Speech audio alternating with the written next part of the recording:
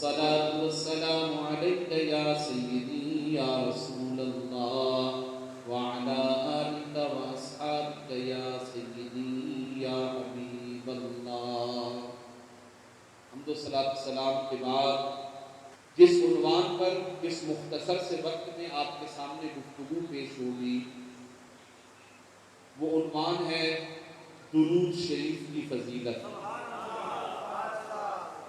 حضرات گرامی، لفظ صلاۃ جیسا کہ آپ نے گزشتہ گفتگو میں سماعت فرمایا تھا کہ صلاۃ عربی زبان کا لفظ ہے اور اس کا معنی نماز بھی ہوتا ہے اور اس کا معنی دعا بھی ہوتا ہے اور اس کا معنی درود پاک بھی ہوتا ہے۔ قرآن مجید فرقان حمید میں جس مقام مقدس سے میں نے آیت کریمہ پڑھی یا ایھا الذین آمنوا صلوا علیہ، یہاں جو صلاۃ ہے اس صلاۃ کا معنی درود ہے۔ اللہ تبارک و تعالیٰ جل شانہ الکریم نے بندوں کو نماز پڑھنے کا حکم دیا، روزہ رکھنے کا حکم دیا، حج کرنے کا حکم دیا، زکوٰۃ ادا کرنے کا حکم دیا، نیکیاں کرنے کا حکم دیا، مگر اللہ نے نماز پڑھنے کا حکم دیا لیکن خود نماز نہیں پڑھتا، اس لیے کہ نماز اس کی بندگی کے لیے، اس کی عبادت کے لیے پڑھی جاتی ہے۔ زکوٰۃ کا حکم دیا مگر وہ خود زکوٰۃ نہیں دیتا، حج کا حکم دیا مگر خود حج نہیں کرتا، روزے کا حکم دیا مگر وہ خود روزہ نہیں رکھتا۔ لیکن ایک کام ایسا ہے جس کے بارے میں اللہ تعالیٰ نے پورے قرآن میں اگر حکم دیا ہے تو حکم کے ساتھ اس کے کرنے کا ارشاد بھی فرمایا ہے، اور وہ کیا ہے؟ فرمایا کہ اے ایمان والو تم بھی نبی صلی اللہ علیہ وسلم پر درود پڑھو، لیکن غور کرنا، جیسے میں نے تمہیں کہا نماز پڑھو، روزہ رکھو، حج کرو، زکوٰۃ ادا کرو، لیکن یہ تمہیں حکم ہے، لیکن یہ جو درود پڑھنے کا حکم تمہیں دے رہا ہوں اس سے پہلے ذرا غور کرنا کہ یہ وہ کام ہے کہ ان اللہ وملائکتہ یصلون علی النبی، کہ یہ میں اللہ بھی کرتا ہوں اور میرے فرشتے بھی یہ کام کیا کرتے ہیں۔ لہذا جو کام میں کر رہا ہوں اور جو کام میرے فرشتے کرتے ہیں تمہیں بھی ایمان والو حکم دیا جا رہا ہے کہ تم بھی وہ کام کرو، اور وہ کام کیا ہے کہ تم بھی نبی صلی اللہ علیہ وسلم پر درود بھی بھیجو اور خوب خوب سلام بھی بھیجو۔ حضرات محترم، درود پاک کی بہت بڑی فضیلت ہے۔ درود پاک کے فضائل اگر بیان کریں تو کتابیں ختم ہو چکی ہیں، سیاہیاں ختم ہو جائیں، قلمیں ختم ہو جائیں، دن اور رات کے اوقات ختم ہو جائیں، مگر درود و سلام پڑھنے اور درود و سلام پڑھنے کی فضیلت کبھی ختم نہ ہو۔ اگر ہم اس ضمن کے اندر ایک بات سماعت کریں تو وہ یہ ہے کہ جب کچھ نہ تھا تب بھی ذکر مصطفیٰ تھا، اور جب کچھ نہ ہوگا تب بھی ذکر مصطفیٰ ہوگا صلی اللہ علیہ وآلہ وسلم۔ کیسے؟ جناب جب کچھ نہ تھا تو ذکر مصطفیٰ تھا، جب کچھ نہ ہوگا تو ذکر مصطفیٰ ہوگا۔ جی وہ ایسے کہ جب کچھ نہ تھا تب بھی خدا تھا، اور جب کچھ نہ ہوگا تب بھی خدا ہوگا۔ کل من علیہا فان ویبقی وجہ ربک ذو الجلال والاکرام، سب کچھ فنا ہو جائے گا، باقی رہنے والی ایک ذات اللہ رب ذوالجلال کی ہے۔ حضرات محترم، تو جب کچھ نہ تھا تب بھی خدا تھا، جب کچھ نہ ہوگا تب بھی خدا ہوگا، اور اللہ فرماتا ہے ان اللہ وملائکتہ یصلون علی النبی، اللہ کرتا ہے کیا ہے؟ فرمایا اپنے محبوب پر درود بھیجتا ہے، اپنے محبوب پر رحمتیں بھیجتا ہے۔ تو جب کچھ نہ تھا تب بھی اللہ اپنے محبوب پہ درود بھیج رہا تھا، اور جب کچھ نہ ہوگا تب بھی اللہ اپنے محبوب پہ درود بھیج رہا ہوگا۔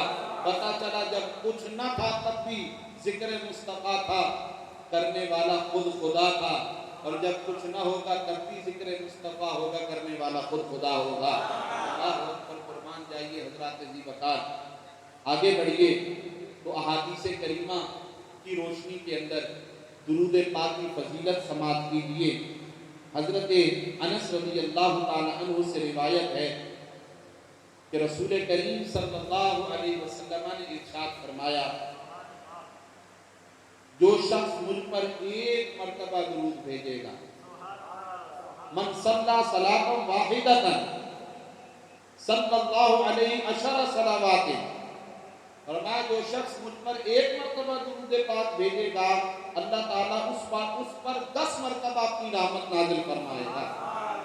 پھر آگے فرمایا کہ اللہ تعالیٰ اس کے 10 گناہوں کو بھی معاف فرما دے گا، اور اللہ تعالیٰ اس کے 10 درجوں کو بھی بلند فرما دے گا۔ اللہ اکبر، سبحان اللہ۔ ایک بار درود پاک پڑھے، نیکی کرے، ایک قرآن کا قانون ہے، من جاء بالحسنۃ فلہ عشر امثالھا، جو ایک نیکی کرے اللہ اسے 10 نیکیوں کی برابر ثواب عطا فرماتا ہے۔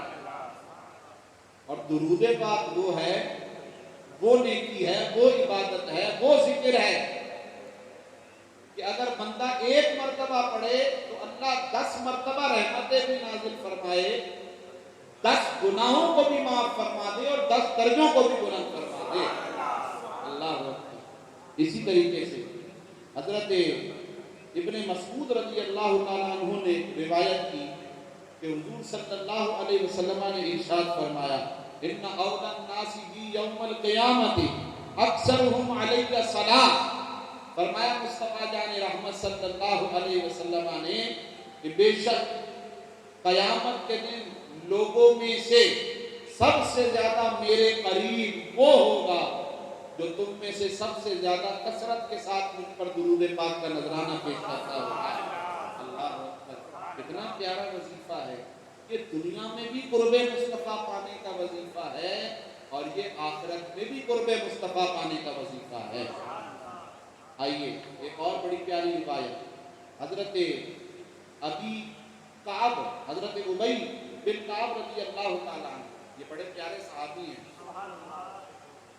رسول خدا صلی اللہ علیہ وسلم کی خدمت میں حاضر ہوتے ہیں، عرض کرتے ہیں یا رسول اللہ، یا حبیب اللہ صلی اللہ علیہ وبارک وسلم، میں آپ پر کثرت سے درود پاک پڑھنا چاہتا ہوں، اب میں آپ سے پوچھنا یہ چاہتا ہوں کہ میں اپنے لیے کتنا وقت مقرر کروں باقی اوراد و وظائف کے علاوہ کہ میں آپ پر درود پاک پڑھا کروں؟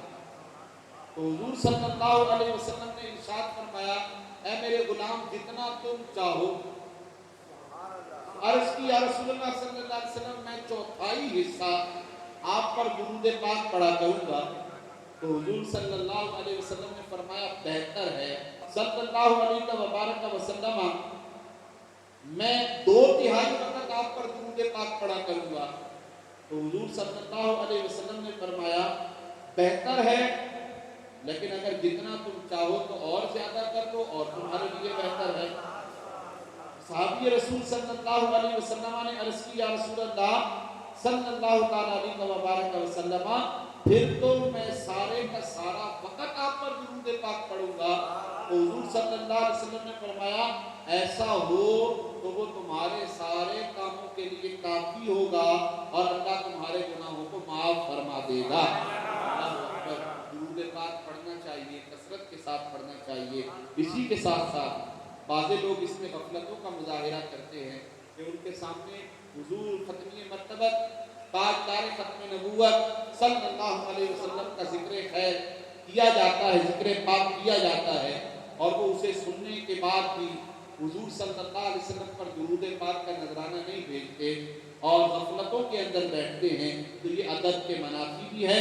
اور روایت کے اندر آیا کہ حضرت ابو ہریرہ رضی اللہ تعالیٰ عنہ فرماتے ہیں کہ رسول کریم صلی اللہ علیہ وسلم نے ارشاد فرمایا، اس شخص کی ناک خاک آلود ہو جائے کہ جس کے سامنے میرا ذکر کیا جائے اور وہ مجھ پر درود نہ پڑھے۔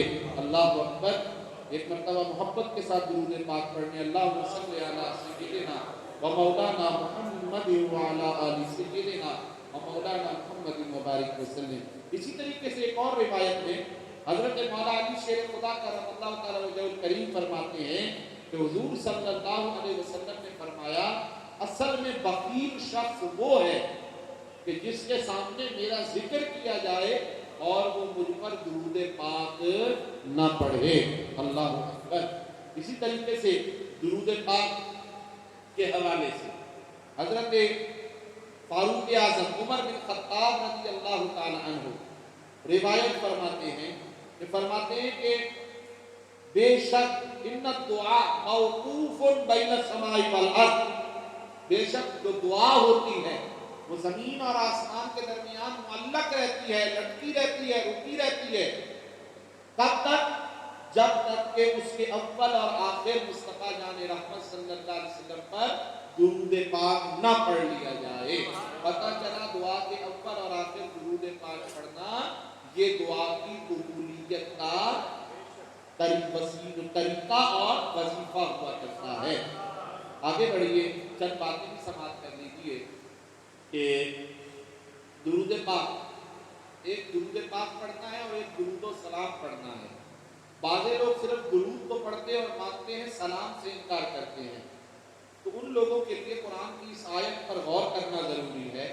ان کے لیے پیغام محبت ہے کہ اللہ تعالیٰ نے فرمایا یا ایھا الذین آمنوا، اے ایمان والو، ایمان والوں کو حکم دیا صلو علیہ، درود پڑھو، وسلموا تسلیما، اور خوب خوب سلام پڑھو۔ تو پتہ چلا کسی ایک چیز کا حکم نہیں دیا گیا۔ اگر اس آیت کو سن کے حضور پر صرف درود پڑھا جائے گا تو آیت پر پورا عمل نہیں ہوگا، اس لیے کہ صلو علیہ وسلموا، دو چیزوں کا ذکر ہے کہ درود بھی پڑھو اور سلام بھی پڑھو۔ اور صرف درود پڑھ لینا یہ کافی نہیں ہو جائے گا کہ اس میں سلام پورا ہو گیا، نہیں، بلکہ وسلموا، یہ جو واو ہے یہاں واو عاطفہ کے ساتھ سلموا کا ذکر موجود ہے کہ درود الگ ہے، سلام الگ ہے، درود بھی پڑھو اور سلام بھی پڑھو۔ اور یہ الصلاۃ والسلام علیک یا رسول اللہ، یہ پڑھنا در حقیقت اس آیت کریمہ پر عمل کرنا ہوتا ہے کہ صلو کے جواب میں الصلاۃ ہے، وسلموا میں والسلام ہے، کس پر؟ علیک، آپ صلی اللہ علیہ وسلم پر۔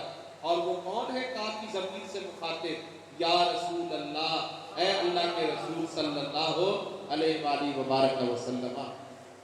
اب آئیے ایک اور مسئلہ بھی سماعت کیجیے۔ بعض لوگ درود شریف لکھتے ہیں یا حضور صلی اللہ علیہ وسلم کا نام لکھتے ہیں تو اس پر سواد بنا دیتے ہیں، یا یہ سواد لام عین میم سلعم یہ لکھ دیتے ہیں۔ یہ ناجائز بھی ہے اور حرام بھی ہے، لہٰذا اس سے بچنا چاہیے۔ جب حضور کے نام نامی اس میں گرامی کے بعد اگر لکھنا ہے تو پورا صلی اللہ علیہ وآلہ وبارک وسلم یا صلی اللہ علیہ وآلہ وسلم یہ لکھنا چاہیے۔ یہ سلعم یا سواد بنا دینا یہ ناجائز ہے، درست نہیں ہے۔ اور اسی طریقے سے صحابہ کرام کے ناموں کے ساتھ رے اور دوات لوگ لکھ دیتے ہیں، یہ نہیں لکھنا چاہیے رضی اللہ تعالی عنہ۔ اولیاء قابلین کے ناموں کے ساتھ رے لکھ دیتے ہیں، یہ نہیں لکھنا چاہیے بلکہ رحمت اللہ تعالی علیہ لکھنا چاہیے۔ اسی طریقے سے ایک اور بات وہ یہ کہ بعض لوگ درود پڑھتے ہیں اور آج دیکھیے من گھڑت قسم کی باتیں کر کے اپنی دلیلیں دے کے، بہت سارے میں نے اپنے اہل علم حضرات کو بھی دیکھا کہ وہ درود پڑھتے ہیں تو وہ صرف حضور صلی اللہ علیہ وسلم پر درود پڑھ دیا، آل مصطفیٰ پر درود نہیں پڑھتے۔ اللہم صلی علی محمد وبارک وسلم۔